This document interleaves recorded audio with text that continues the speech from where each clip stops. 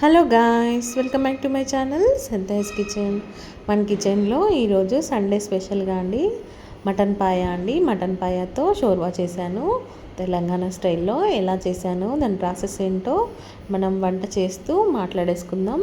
వచ్చేయండి. First 3 onions తీసుకున్నాను. 3 onions సన్నగా కట్ చేసి పెట్టేసుకున్నాను.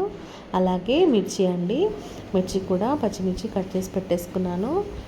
పాయ ఇది మటన్ పాయ పాయాని శుభ్రంగా చేపించేసి మా వారు తీసుకొని వచ్చేసారు. దీన్ని శుభ్రంగా కడిగేసి పక్కకు పెట్టేసుకున్నాను. ఇప్పుడు ఒక కుక్కర్ తీసుకొని కుక్కర్లో ఒక 3-4-5 టేబుల్ స్పూన్స్ ఆయిల్ వేసుకోండి. ఇలా స్పూన్ ఆయిల్ వేసేసుకున్న తర్వాత ఇందులో బగారా ఆకు బిర్యానీ ఆకు అంటారు కదా, ఆకు ఒక 2 వేసుకున్నానండి నేను. ఎందుకంటే నాన్ వెజ్లో దీన్ని వేయడం వల్ల మనకి కర్రీకి అనేది ఫ్లేవర్ వస్తుంది. ఫ్లేవర్ టేస్ట్ అలాగే బాగుంటుంది టేస్టీ. అలాగే ఆనియన్స్ కట్ చేసి వేసేసుకున్నాను. ఇప్పుడు ఇందులోనే పచ్చిమిర్చి యాడ్ చేసేసుకోవాలి. ఇలా ఫస్ట్ వేసిన తర్వాత కొంచెం ఫ్రై అయిన తర్వాత పచ్చిమిర్చి వేసుకోవాలి. పచ్చిమిర్చి ఫస్ట్ వేసుకోకూడదు. ఇలా కొంచెం ఫ్రై అయిన తర్వాత పచ్చిమిర్చి యాడ్ చేసుకోండి.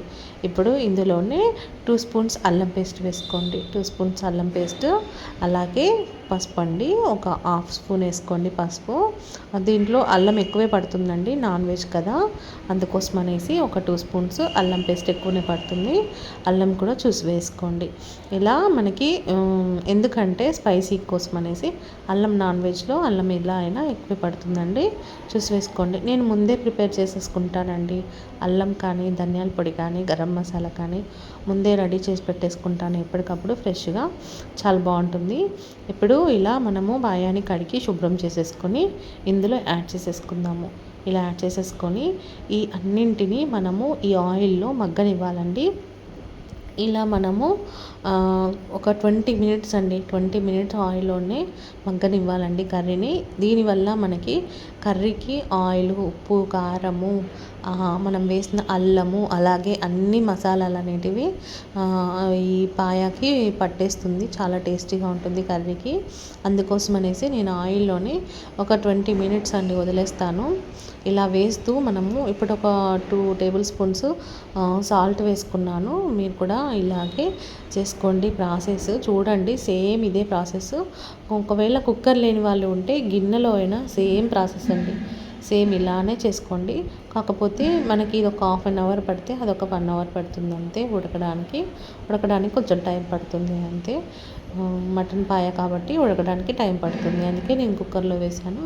కుక్కర్ లేని వాళ్ళు కూడా మనం గిన్నెలోనే పెట్టేసుకొని కొంచెం ఎక్కువ టైం పడుతుంది అంతే.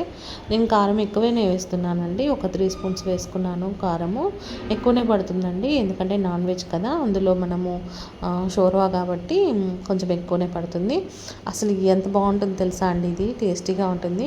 ఏంటంటే మనకి జలుబు చేసినప్పుడు నోరు బాగోదు కదండి, నోరు బాగోనప్పుడు జ్వరం వచ్చి మనకి తగ్గిన తర్వాత మనకి నోట్లో అనేది చేదు వల్ల నోరు చప్పగా ఉండి అసలు ఏది టేస్ట్ తినాలనిపించదు, ఏమీ మనకి తినాలనిపించినప్పుడు ఇలా ఒకసారి పాయ తెప్పించుకొని దీంతో షోర్వా పెట్టేసుకొని మంచిగా రాగి సంకటి కానీ, లేదంటే జొన్న రొట్టె కానీ, లేదంటే చపాతీలోకి అయితే ఎంత బాగుంటుందండి.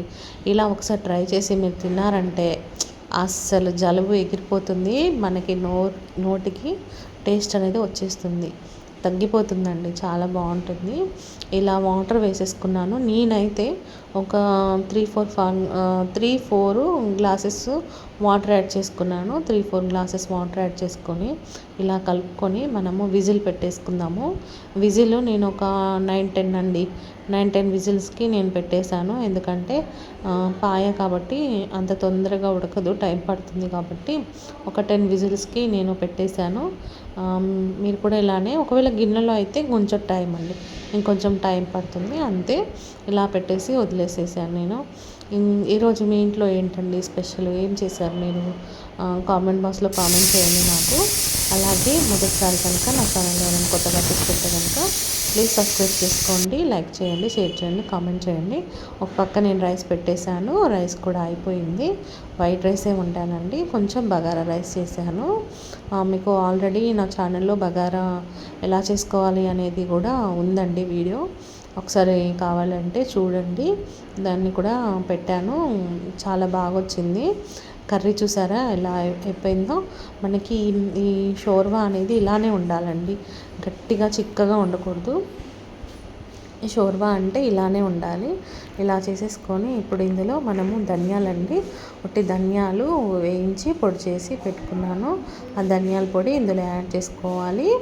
అలాగే గరం మసాలా అండి. గరం మసాలా అంటే ఏం లేదండి, ధనియాలు, లవంగ, అలాగే విలాచి, దాచిన చెక్క అండి. అవి రెండు అలా వేసేసుకున్నాను.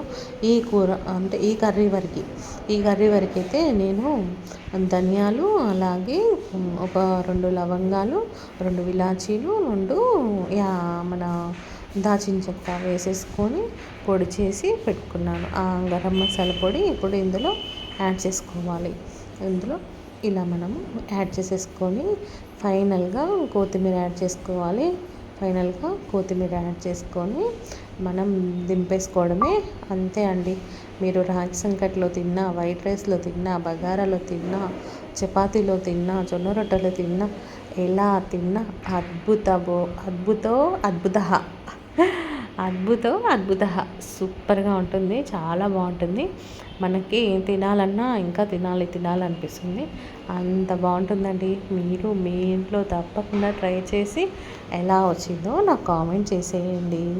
మీ కామెంట్స్, లైక్స్ వల్ల నా ఛానల్కి ఇంకొంచెం ముందుకు వెళ్ళడానికి సపోర్టింగ్గా ఉంటుంది. ప్లీజ్ అర్థం చేసుకుంటారని కోరుకుంటూ, మీ సరితాస్ కిచెన్. మీ సరితాని అర్థం చేసుకొని ఒక్కసారి నాకు కామెంట్ చేయండి ఎలా వచ్చిందో ఈ కర్రీ. మీరు ఎలా చేశారు, ఇదే స్టైల్లో చేసుకోండి, చాలా బాగుంటుంది. తప్పకుండా ట్రై చేసేయండి. ఎలా వచ్చిందో నాకు కామెంట్ చేసేయండి. మన ఛానల్కి సపోర్ట్ చేసేయండి. బాయ్ ఫ్రెండ్స్, తప్పకుండా ట్రై చేయండి.